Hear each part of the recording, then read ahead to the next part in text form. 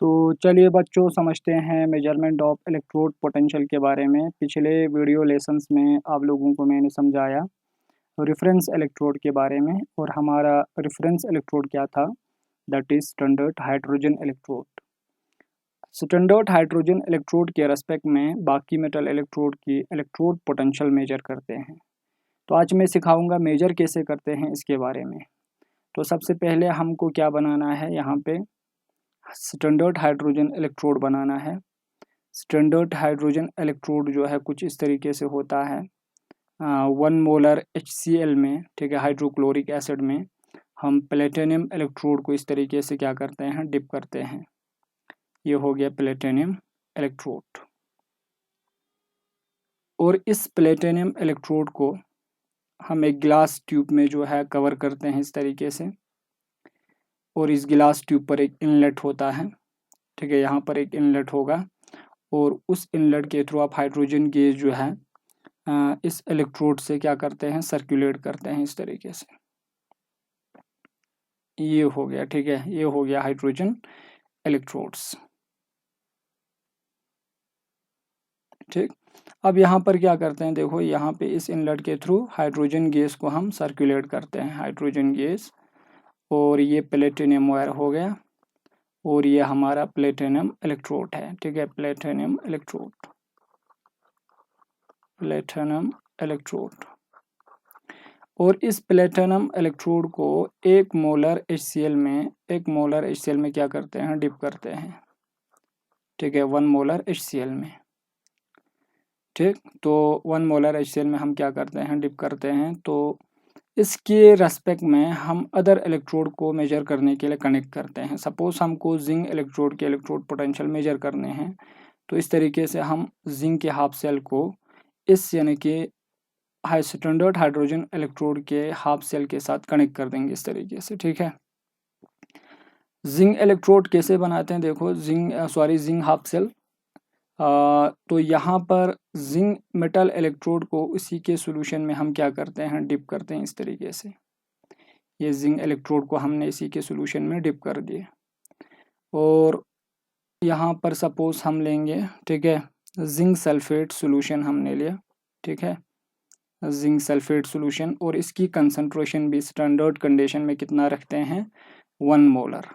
ये zinc sulphate, और इसकी कंसंट्रेशन कितना है, 1 मोलर। और यहाँ पर भी HCl की कंसंट्रेशन हमने 1 मोलर लिया है।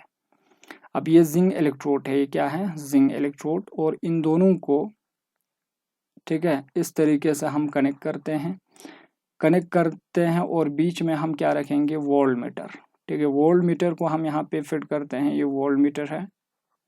वोल्ट मीटर क्या करते हैं, करंट फ्लो को जो है मेजर करते हैं कि करंट जो है किस इलेक्ट्रोड से किस इलेक्ट्रोड की तरफ फ्लो हो रहा है, इसके बारे में हमको इन्फॉर्मेशन देते हैं। और इन दोनों हाफ सेल को हम एक यू शेप्ड ग्लास ट्यूब से कनेक्ट करते हैं, जिसको हम कहेंगे सॉल्ट ब्रिज। इसका एक अलग स्पेसिफिक फंक्शंस होता है सॉल्ट ब्रिज का, और जब हम गैल्वेनिक सेल्स पढ़ेंगे बेटा, तो उसमें मैं कंप्लीट इसके बारे में आपको बता दूंगा, गैल्वेनिक सेल जब हम पढ़ेंगे। तो अभी इतना याद रखो, इसको हम क्या कहेंगे, सॉल्ट ब्रिज। अभी हम सीख रहे हैं किस तरीके से इलेक्ट्रोड पोटेंशियल मेजर करेंगे, ठीक, ये हो गया सॉल्ट ब्रिज। जो ही आप इसको कनेक्ट करते हैं, तो कनेक्ट करने के दौरान यहाँ पे क्या में यानी कि से फॉर एग्जांपल दोनों हाफ सेल में, ये एक हाफ सेल्स है, ठीक है, ये एक हाफ सेल है, और ये अनदर हाफ सेल्स है, standard hydrogen electrode another half cells है। दोनों हाफ सेल्स जो है जब कंबाइंस होता है, कनेक्ट करते हैं, तो एक कंप्लीट वोल्टाइक सेल्स बनता है, और वोल्टिक सेल्स को हम गैल्वेनिक सेल्स भी कहेंगे। कनेक्ट करेंगे तो यहाँ पे केमिकल चेंज होगा, रिडॉक्स रिएक्शन होगा, रिडक्शन ऑक्सीडेशन प्रोसेस होगा। और अभी हमको पता नहीं है कि कौन सा एंड कैथोड है, कौन सा एनोड है। तो जो ही आप इसको कनेक्ट करते हैं, तो यहाँ पे करंट की फ्लो होता है, जो कि हमको वोल्ट मीटर से इंफॉर्मेशन आता है। वोल्ट मीटर की CV जो है वो कुछ इस तरीके से डिफ्लेक्ट होता है, और वोल्ट मीटर की CV जो है डिफ्लेक्ट हो रहा है इस जिंक इलेक्ट्रोड की तरफ। तो जिंक इलेक्ट्रोड की तरफ ये डिफ्लेक्ट हो रहा है, तो करंट की फ्लो जो है वो हाइड्रोजन इलेक्ट्रोड से जिंक इलेक्ट्रोड की तरफ हो रहा है। और याद रखना बेटा, जब करंट की अपोजिट डायरेक्शन में, करंट फ्लो की अपोजिट डायरेक्शन में इलेक्ट्रॉन की फ्लो होता है, इलेक्ट्रॉन इस डायरेक्शन में क्या होता है, फ्लो होगा। तो इलेक्ट्रॉन जो है जिंक से हाइड्रोजन इलेक्ट्रोड की तरफ फ्लो हो रहा है, ठीक है। अब जिंक से अगर इलेक्ट्रॉन की फ्लो हो रहा है तो यकीनन जिंक पे क्या हो रहा होगा, ऑक्सीडेशन प्रोसेस। मींस ये जो जिंक की इलेक्ट्रोड्स जो है, यहाँ पर जिंक इलेक्ट्रोड जो है वो जिंक मेटल एटम जो है ऑक्सीडाइज हो रहा है जिंक इलेक्ट्रोड पर, और वो 2 इलेक्ट्रॉन को रिलीज कर रहा है। इस तरीके से जिंक आयंस में कन्वर्ट हो रहा है, ऑक्सीडेशन प्रोसेस हो रहा है, और ये सारे इलेक्ट्रॉन की डिपोजिशन इस इलेक्ट्रोड पे होता है, इलेक्ट्रोड पे इस तरीके से होगा। और इसी तरह यहाँ पर जो है इस जिंक एंड पर ऑक्सीडेशन प्रोसेस हो रहा है, और जहाँ पर ऑक्सीडेशन होता है उस एंड को हम क्या नाम देते हैं, एनोड। और एनोड पे कौन सा चार्जेस आ रहा है, नेगेटिव चार्जेस, क्योंकि इलेक्ट्रॉन्स यहाँ पे एक्यूमुलेट्स होते हैं और वो इलेक्ट्रॉन वायर के थ्रू फ्लो होके हाइड्रोजन इलेक्ट्रोड की तरफ जाता है, फ्लो होता है, ठीक है। तो ये हो गया हमारा anode and, sorry anode and, ठीक है, एनोड एंड हो गया। यहाँ पे ऑक्सीडेशन हो रहा है एनोड पर, और ये नेगेटिव चार्जेस है, और इस बार हमारा जिंक जो है एनोड की तरह काम कर रहा है, ठीक है, जिंक पे ऑक्सीडेशन हो रहा है। अब यकीनन इस हाइड्रोजन इलेक्ट्रोड पर क्या हो रहा होगा, हाइड्रोजन इलेक्ट्रोड पर यहाँ पे रिडक्शन प्रोसेस होता है, और ये कैथोड की तरह काम करेंगे, क्योंकि जिंक एनोड है तो ये कैथोड बन जाएंगे। और H+ जितने भी यहाँ पे आपने 1 मोलर HCl लिया है उसमें से H+ सारे इस प्लेटिनम इलेक्ट्रोड पे डिपॉजिट होता है, और इस पे पॉजिटिव चार्जेस आते हैं, और 2 ये इलेक्ट्रॉन जो है एक्सेप्ट करके प्रोटॉन की रिडक्शन होता है, H+ आयन की रिडक्शन होता है, 2 इलेक्ट्रॉन ये एक्सेप्ट करेंगे, और हाइड्रोजन गैस यहाँ पे क्या होगा, इलिमिनेट होगा, इवॉल्व होगा। हाइड्रोजन गैस इस प्लेटिनम इलेक्ट्रोड पे हाइड्रोजन गैस बनता है रिडक्शन होके, ठीक है। तो इस तरीके से हमको एनोड और कैथोड एंड का पता चलता है। कैथोड एंड पे H+ आयन की रिडक्शन हो रहा है, ठीक है, कैथोड एंड पे ट्वाइस H+ आयन की रिडक्शन हो रहा है, 2 इलेक्ट्रॉन ये एक्सेप्ट करेंगे और हाइड्रोजन गैस यहाँ से क्या होगा, इवॉल्व होगा, ठीक। अब यहाँ पर क्या होगा, इन दोनों हाफ सेल्स की जो है हाफ सेल, ठीक है, अब इन दोनों को कनेक्ट करने से पहले इन दोनों हाफ सेल के अपने अपने इलेक्ट्रोड पोटेंशियल्स होगा, और ये इलेक्ट्रोड पोटेंशियल जो है शी और जिंक इलेक्ट्रोड के इलेक्ट्रोड पोटेंशियल में डिफरेंस आएंगे, और उस डिफरेंस को हम क्या कहते हैं, EMF ऑफ द सेल कहते हैं, या सेल पोटेंशियल भी कहते हैं, या इलेक्ट्रोमोटिव फोर्स भी कहते हैं, और सेल पोटेंशियल भी कहते हैं। इसके बारे में डिटेल में हम पढ़ेंगे आगे, टेंशन की बात नहीं है। इस सेल पोटेंशियल का मतलब बिफोर यानी कि the cells are connected there is a difference between 2 half cells, यानी कि difference between electrode potentials of 2 half cells, that electrode potentials is called electromotive force और सेल पोटेंशियल। और ये जो सेल पोटेंशियल जो है ये बराबर होता है electrode potential of anode, electrode potential of anode plus electrode potential of cathode, electrode potential of cathode, ठीक।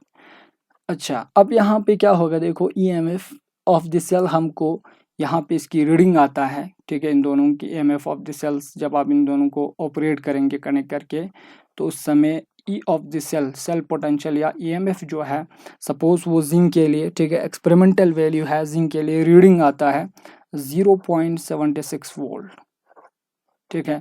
अभी हमको पता नहीं है कि जिंक का रिडक्शन पोटेंशियल है कि ऑक्सीडेशन पोटेंशियल, तो वो पता कैसे करते हैं, देखो उसको पता करने के लिए यहाँ पर, ठीक है, E ऑफ द सेल्स जो है, E ऑफ द सेल्स यहाँ पे EMF of the cell is equal to क्या है, electrode potential of anode plus electrode potential of cathode, और यहाँ पर ये बराबर हो जाएंगे electrode potential of anode plus यहाँ पर क्या आएंगे, इलेक्ट्रोड पोटेंशियल ऑफ कैथोड, और कैथोड की इलेक्ट्रोड पोटेंशियल जो है आर्बिट्रेरीली हम असाइन करते हैं 0.00 वोल्ट होता है, ठीक है, प्लस माइनस, तो यहाँ पे एनोड प्लस 0.0 वोल्ट आएंगे, ये हाइड्रोजन का है, कैथोड, ठीक है। तो यहाँ पे इलेक्ट्रोड पोटेंशियल ऑफ एनोड जो कि जिंक का है वो कितना हो जाएंगे, दैट इज से फॉर एग्जांपल प्लस 0.76 वोल्ट।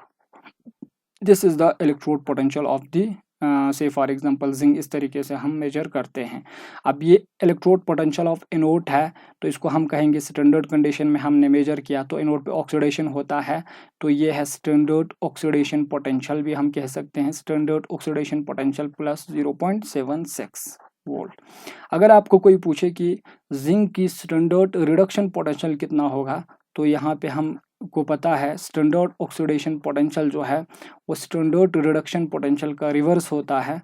तो यहाँ पे standard reduction potential for zinc is negative 0.76 volt हो जाएंगे, ठीक है।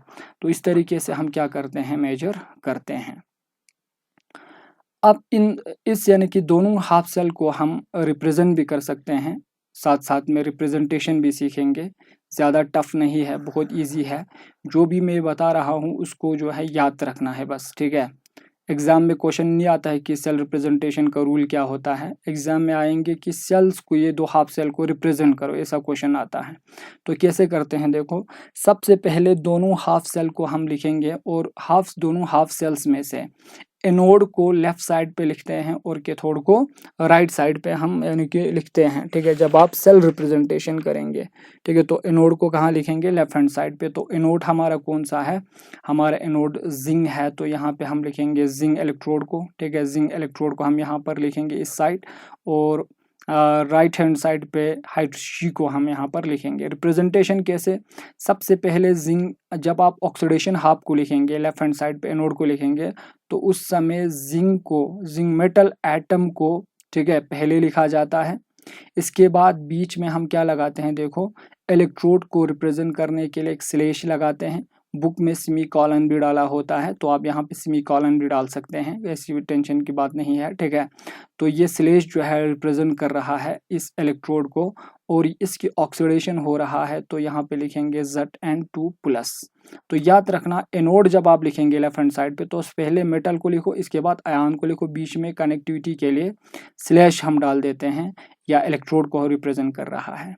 और इस साइड राइट हैंड साइड पे हम शी को लिखेंगे, शी की रिडक्शन हो रहा है, तो यहाँ पर रिडक्शन के दौरान पहले आयन्स को लिखा जाता है, तो यहाँ पे H2H+ की रिडक्शन हो रहा है, और बीच में फिर से स्लैश हम लिखेंगे, और यहाँ पर हाइड्रोजन गैस इवॉल्व हो रहा है, इस तरीके से रिप्रेजेंट करते हैं। और इन दोनों के बीच में डबल स्लैश इस तरीके से लगाते हैं, और ये डबल स्लैश जो है साल्ट ब्रिज को रिप्रेजेंट कर रहा है, साल्ट ब्रिज, ठीक है। इस तरीके से हम सेल रिप्रेजेंटेशन करते हैं। और याद रखना, इनके आगे जो है या नीचे भी लिखा जाता है, कंसंट्रेशन को लिखा जाता है, जैसे इसका 1 मोलर है कंसंट्रेशन और इसका 1 मोलर कंसंट्रेशन है। तो इस तरीके से हम सेल रिप्रेजेंटेशन भी करते हैं, ठीक है। उम्मीद करता हूँ आपको समझ आया होगा किस तरीके से हम इलेक्ट्रोड पोटेंशियल की मेजरमेंट करते हैं, ठीक। इस तरीके से और भी हमारे पास एग्जांपल्स है। अगर आप कॉपर की करें तो कॉपर के हाफ सेल्स को इसके साथ क्या करने हैं, कनेक्ट करने हैं, तो हमको यहाँ पे वोल्ट मीटर पे रीडिंग आता है, ईएमएफ आता है। तो जो ही ईएमएफ आएंगे तो आप वहाँ से एनोड या कैथोड, अगर कैथोड की तरह काम कर रहा है तो कैथोड का पोटेंशियल आप निकाल सकते हैं, एनोड पोटेंशियल आप निकाल सकते हैं, क्योंकि हाइड्रोजन शी का पोटेंशियल हम आर्बिट्रेरीली 0.00 वोल्ट जो है असाइन करते हैं, तो ये वैल्यू हमको पता होता है। तो होप आप लोगों को मेजरमेंट ऑफ इलेक्ट्रोड पोटेंशियल समझ आया होगा, ठीक है। नेक्स्ट वीडियो लेसन्स में मैं गैल्वेनिक सेल्स के बारे में आप लोगों को पढ़ाऊंगा, और वहाँ पर मैं ईएमएफ ऑफ सेल्स जो मैंने बताया वो फिर से दोहराऊंगा, अच्छे से एक्सप्लेन कर दूंगा गैल्वेनिक सेल्स में, ठीक है। तो तब तक के लिए इसको अच्छे से याद रखना। नेक्स्ट वीडियो लेसन्स के लिए इंतज़ार करें। Thanks for watching my video lesson.